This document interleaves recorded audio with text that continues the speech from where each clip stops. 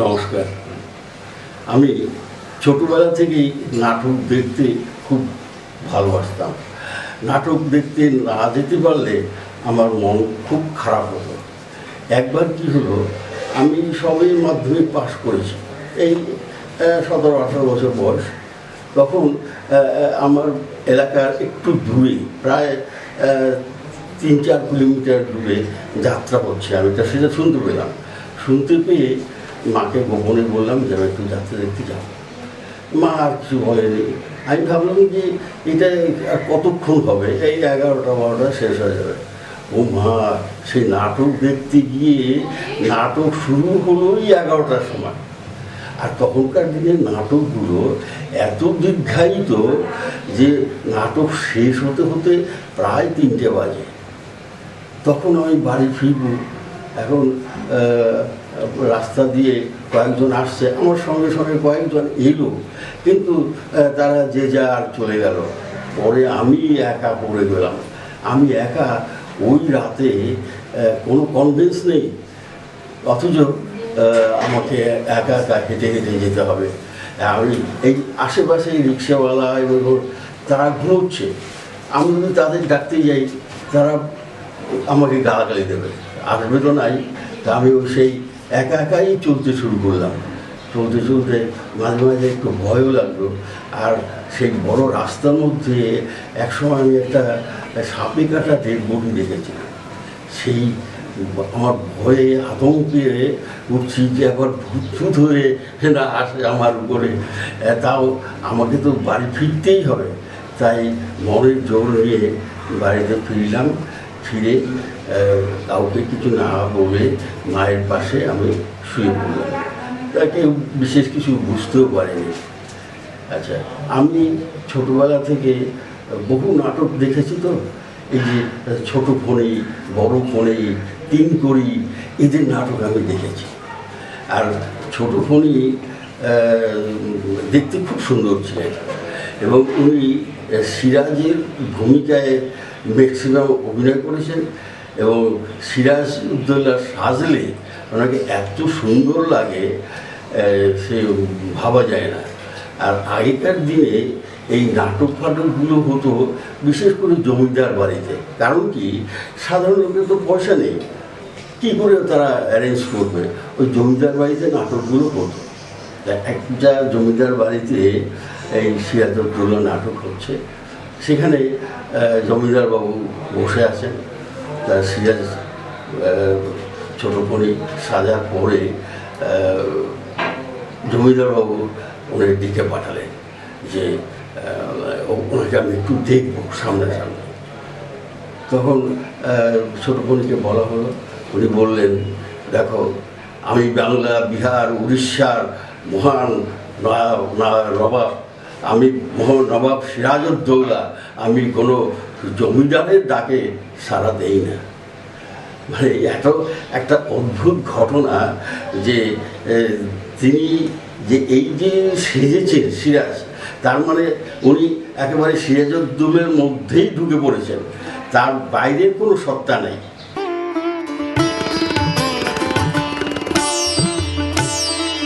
আমি ওই কর্মব্যস্ত ছিলাম, কারণ সাংসারিক চাপ ছিল। আমি কিছুই করতে পারিনি। আফটার রিটায়ারমেন্ট আমি লেখা শুরু করি। লেখার ইচ্ছাটা কিন্তু আমার শৈশব থেকেই ছিল, কিন্তু আমি সময় করে উঠতে পারিনি।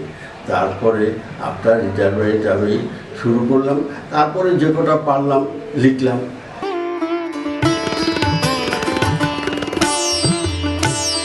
আমার মনের মধ্যে সবসময় একটা নাটকীয়তা ভাব ছিল। আমি নিজে নিজে অনেক সময় ডায়ালগগুলো বলতাম যে এই নাটকটা এইভাবে করলে কীরকম হয়। এই রাস্তায় চলতে চলতেও আমি চিন্তা ভাবনা করতাম, কিন্তু লেখার সুযোগটা আমার হয়ে ওঠেনি। সেটা হয়ে উঠেছে আফটার মাই রিটায়ারমেন্ট। তখন আমি সময় পেয়েছি, তাই আমি লিখেছি। আচ্ছা, আর একটা ঘটনা বলবো। আমাদের ছোটোবেলায় আমরা দেখেছি, আমাদের বাড়িতে দুর্গা পুজো হতো। আর আমার কাকা জ্যাঠারা এই আমাদের বাড়ি হচ্ছে পূর্ব বাংলায়। এই বাংলাতে আমার কাকা জ্যাঠারা চাকরি করতেন। তো দুর্গা পুজোর সময় সবাই বাড়িতে একত্রিত হতো। আচ্ছা, তখন ওই দুর্গাপুজোর পরে একটা নাটক হতো, আর সেই নাটকের রিহার্সালটা তো দেওয়ার সুযোগ পেত না।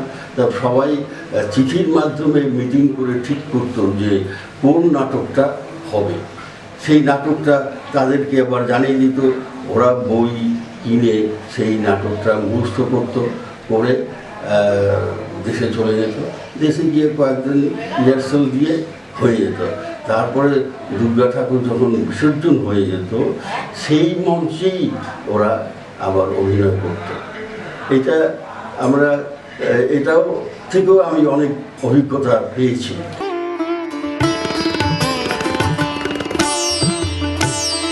আচ্ছা, আমি যখন নাটক লিখতাম, আমি মঞ্চকে ঠিক করেই আমি লিখতাম, মঞ্চটা কিভাবে হবে, কিভাবে সাজানো হবে, যার কারণে যে আমার প্রত্যেকটা নাটকে ওই কাউকে ডিরেক্টরকে চিন্তা করতে হয় না যে মঞ্চটাকে আমি কীভাবে সাজাবো, কারণ ওইভাবেই আমার লেখাটা হতো। এই যে অবশেষে নাটকটা করলাম, যেভাবে আমি লিখেছি ঠিক সেইভাবেই কিন্তু অভিনয়টা হয়েছে, কোনো চেঞ্জ করতে হয় না। প্রত্যেকটা ডায়ালগ, প্রত্যেকটা সিন পর সাজানো ছিল।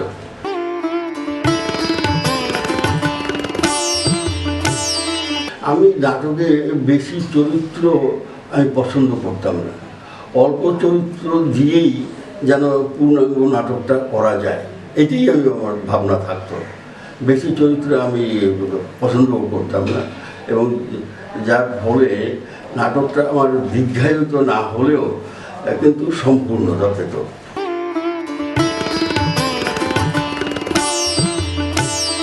আমরা ধরুন একটা চিন্তা করে নাটকটা লিখতে শুরু করলাম, পরবর্তীকালে দেখলাম যে এইটাকে এমফাসাইজ করা হচ্ছে। তখন ভাবতাম যে নাটকটা তো এই নামটা দিলে বোধহয় ভালো হতো, কিন্তু সেটা আমি আর চেঞ্জ করতাম না। আমি ওই যেটা শুরু করেছি ওইটা দিয়েই আমি শেষ করতাম।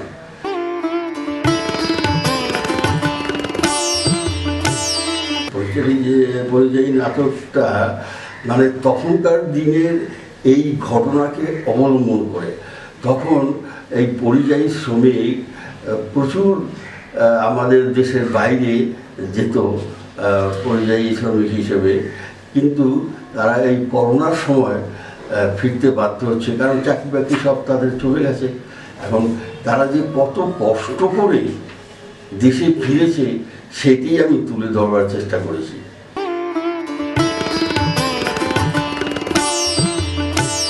ভয়াল রাতের কাহিনী একটা মেয়ে তার সঙ্গীদের কিভাবে দুষ্কৃতীদের হাতের থেকে বাঁচালো সেইটাই একটা তুলে ধরেছি, এবং কতগুলো ঘটনা সে ওভারকাম করে সেই সমস্ত শিশুদের বাঁচিয়ে নিয়ে ভোরবেলা সে নিজের স্কুলে ফিরে আসতে পেরেছে। এবং সেটা যে একটা খুব সুন্দর নাটক, এবং প্রত্যেকটা দৃশ্যই আমার খুব লিখতে গিয়ে ভালো লেগেছে।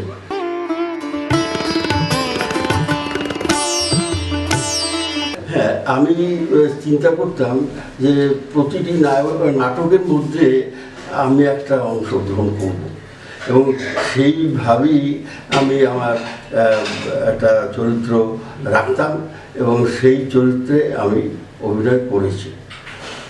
আমার কারণ কি, আমার অভিনয় করতে ভালো লাগে, এইটি একটাই কারণ, এবং সেই চরিত্রটাকে আমি সেইভাবেই বিশ্লেষণ করে উপস্থাপনা করেছি।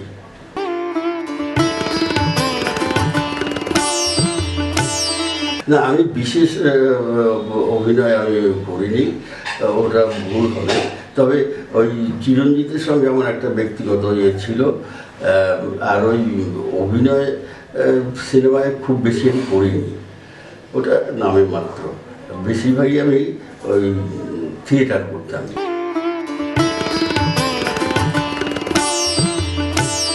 থিয়েটার আমি ওই গিরিশ মঞ্চে করেছি, মোহিত মঞ্চে করেছি, আমাদের রবীন্দ্র ভবনে করেছি। তা অভিনয় করতে গিয়ে আমার ধারণা হয়েছে যে দর্শককে আপ্লুত করা যায় যেভাবে, সেইভাবেই অভিনয়টা করতে হবে।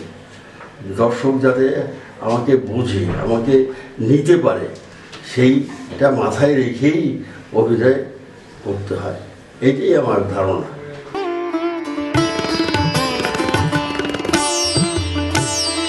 চরিত্রগুলো উপস্থাপনা করতে গিয়ে আমি দেখেছি যে প্রত্যেকটা চরিত্রের মধ্যে একটা বিশিষ্টতা থাকে।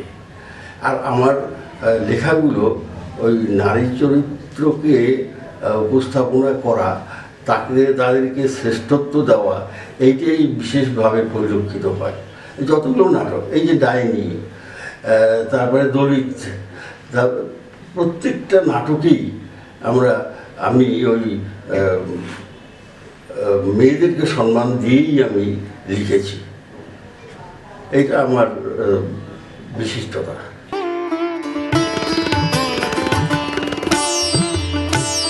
হ্যাঁ, 5-এর দশকের পর থেকেই তখন সাধারণত একটু সিনেমা হতো। আর ওই তখন দেশ ভাগ হওয়ার পরে সবাই একটা অস্থিরতার মধ্য দিয়ে চলছে।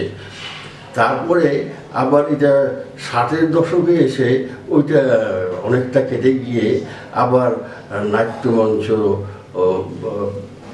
চলছে, নাট্য জগৎটাকে আবার প্রসারিত করেছে এবং অনেক মন্ত্রীরাও, আমি নাম বলবো না, তারাও উৎসাহিত করে এই নাটককে উপস্থাপনা করার জন্য আবেদন করেছে।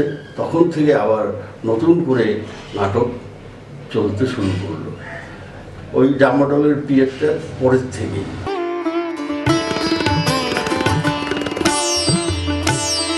আসলে কি ব্যাপারটা, আমাদের দেশের নারীরা অবহেলিত। আমার চিন্তাধারাটাই ছিল যে নারীদেরকে একটু উপস্থাপন করব, যাতে তাদেরও ক্ষমতা আছে। আমার একটা নাটকে আছে যে সেই দুর্গা দশভূজার সঙ্গে আমি তুলনা করে একটা চরিত্র করেছি যে যদি কোনো নারী পুরুষের সহযোগিতা পায়, সে অনেক দূর এগিয়ে যেতে পারে। কিন্তু সহযোগিতা না পেলে, যেমন দুর্গা, আমাদের মা দুর্গা যে অসুরবধ করেছিলেন, অনেক দেবতা তারা সাহায্য করেছে অস্ত্র দিয়ে, বুদ্ধি দিয়ে, এবং যার ফলে দুর্গা মহিষাসুরকে বধ করতে পেরেছিলেন। সেইটা চিন্তা করেই আমি নারী চরিত্রকে উপস্থাপনা করার চেষ্টা করেছি। এবং কোনো নারী যদি এককভাবে না পারে, সম্ভাবনা যদি পুরুষ যদি একটু সাহায্য করে, তাহলে সে অনেক দূর এগিয়ে যেতে পারে। কারণ তাদেরও বুদ্ধিমত্তা কোনো অংশে পুরুষের থেকে কম নয়। তারা একা পারে না, একা একটা মেয়ের পক্ষে সম্ভবও না। তবে পুরুষরা তাদের সঙ্গে কাঁধ মেলাতেই হবে, তাহলেই দেখবেন যে সমাজের অনেক পরিবর্তন হতে পারে। যেমন এখন দেখুন, এই যে পার্লামেন্ট বলুন বা এই মন্ত্রিসভা বলুন, যেখানেই হোক, একটা অংশ ওই মহিলাদের, এবং সেই সংখ্যাটা ক্রমশ বাড়ছে। এখন প্রায় 30% মহিলা সংরক্ষণ আসন আছে। এইটার প্রয়োজন আছে, মহিলাদের আমাদের সমাজে প্রয়োজন আছে।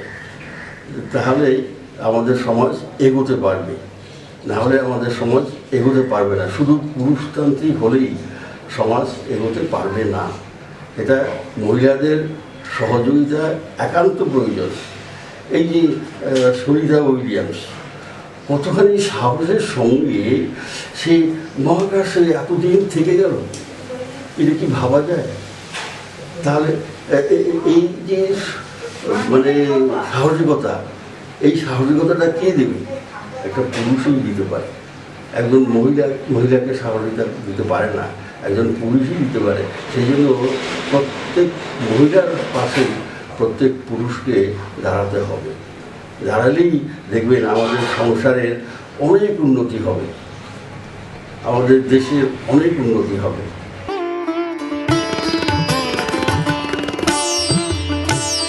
এক একজন ডাইরেক্টর এক এক রকমের চিন্তাভাবনা করে, সেইভাবেই এগোয়। তবে আগের নাটকগুলো যেরকম ছিল এখন কিন্তু সেরকম নেই, এখন অনেক পরিবর্তন হয়েছে। আগে আমরা ওই শাহজাহান, তারপরে চন্দ্রগুপ্ত, এই ধরনের নাটকগুলো আমরা বেশি দেখেছি, কারণ তখন ওই ঐতিহাসিক নাটকটাই ম্যাক্সিমাম দেখেছি। কিন্তু এখনকার দিনে ওই ঐতিহাসিক নাটক কিন্তু খুব কম মঞ্চস্থ হয় না বলতে গেলে। এখন যে আমাদের বর্তমান প্রজন্মের যে লেখক, বর্তমান প্রজন্মের লেখা যে নাটকগুলো, সেইগুলি উপস্থাপনা বেশি হচ্ছে।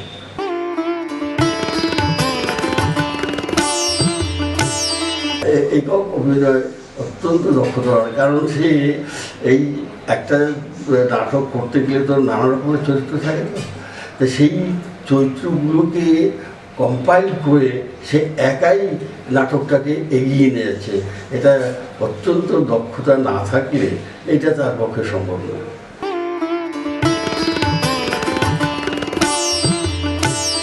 আমি তো প্রত্যেকটা নাটকের মধ্যেই চরিত্রগুলোকে ঠিক করে নেই, এবং আমি ঠিক করি যে এই চরিত্রটা এইভাবে হলেই হয়। যেমন শর্ত নাটকের প্রত্যেকটা চরিত্রই দেখবে যে একটা সাবলীল, একটা মসৃণভাবে এগিয়ে গেছে, সেখানে যথেষ্ট দক্ষতার পরিচয় আছে।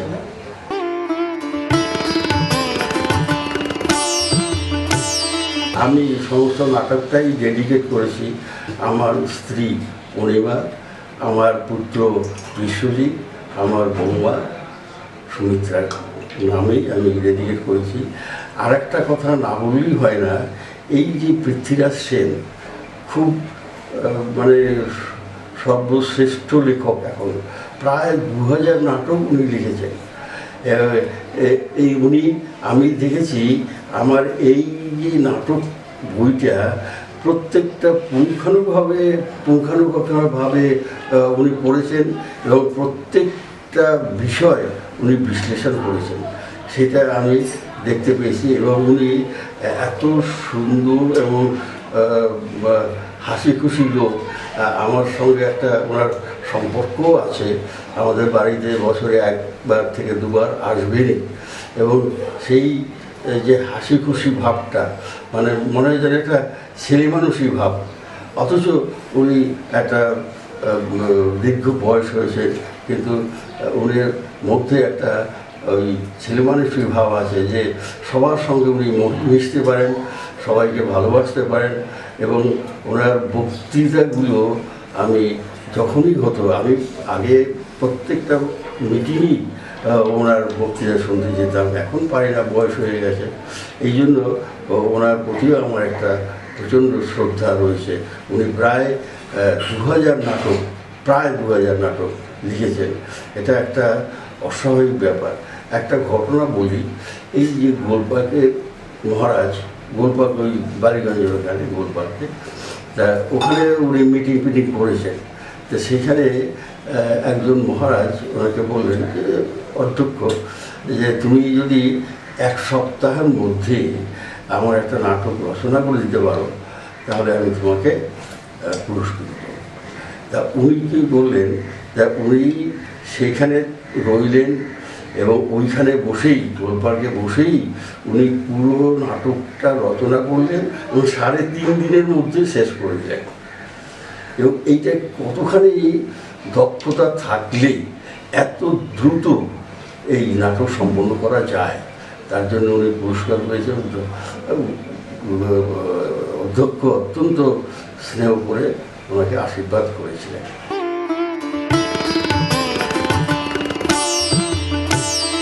হ্যাঁ, পুরস্কার পেয়েছি, আনন্দ পেয়েছি, এটা তো স্বাভাবিক কথা। যে কেউ পুরস্কার পায় সে আনন্দতেই হয়, আনন্দিত আমিও হয়েছি। তো সেই দিক দিয়ে ভালোই বলবো যে পেয়েছি, এটাই আমার কাছে শ্রেষ্ঠত্ব।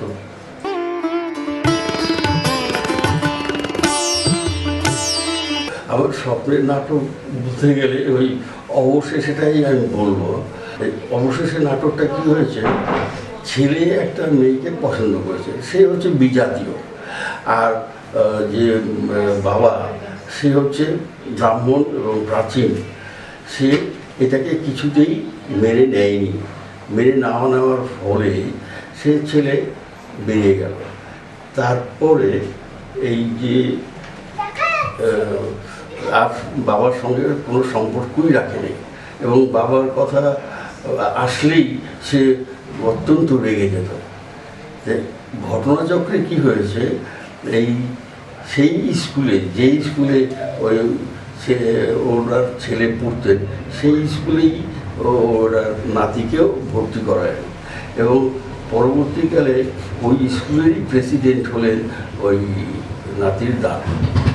সেই নাতির দাদুর সঙ্গেই যেন ওনার একটা বন্ধুত্ব একটা ঘটে গেল, এবং সেই নাতি শেষ পর্যন্ত এই দুটো পরিবারকে একত্রিত করলো।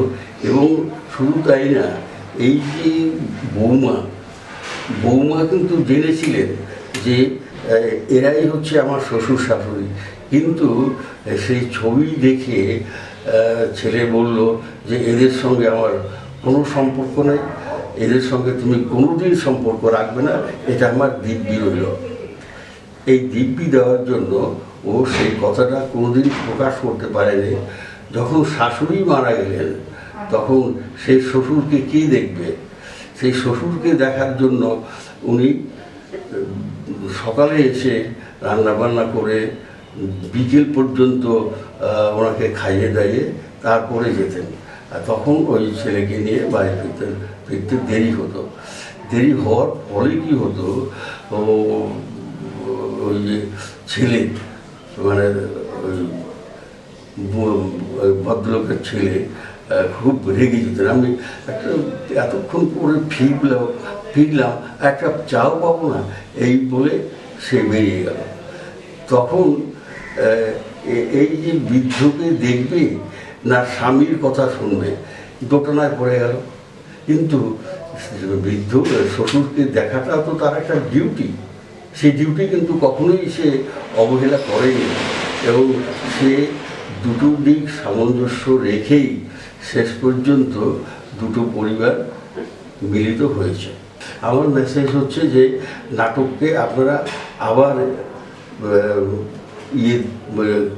এগিয়ে নিয়ে আসুন। নাটক লোকশিক্ষা দেয়, এবং নাটক দেখার মতো লোক এখনও আছে। আমি তাদেরকে অনুরোধ করব যে তারা যেন এগিয়ে আসে।